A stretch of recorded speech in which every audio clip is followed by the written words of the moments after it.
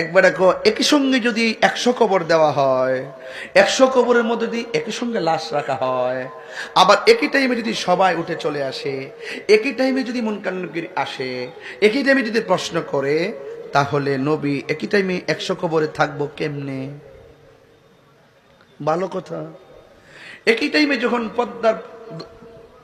পদ্মার যখন দৌলত দিয়া যখন বাসটা পড়ে গেছে, একই টাইমে যদি তাদের মৃত্যু হয়, আরেকটা বাস যদি পড়ে যায় সিঙ্গাপুর, ওই টাইমে একই টাইমে যদি মানুষগুলো মারা যায়, আবার একই টাইমে যদি ভাষ্য লোকের ইন্তেকাল হয়, একজন আজরাইল এতগুলার জান কবজ করলো কেমনে?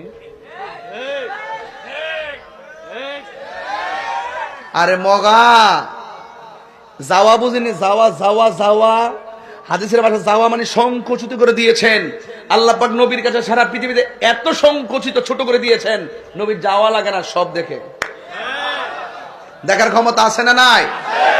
কবর গেলে বুঝবা, নবীরে ফাইলে জান্ডা বাঁচবো, আর নবীরে না ফাইলে এমন বাইরান বাইরাইব, লোহার হাতুড়ি দিয়া 70 গজ মাটির নিচে নিয়া এমন ফিডাইব, কোনো বান্ধব কবরে যাইতো না। কথা কোন ঠিক না বেটে?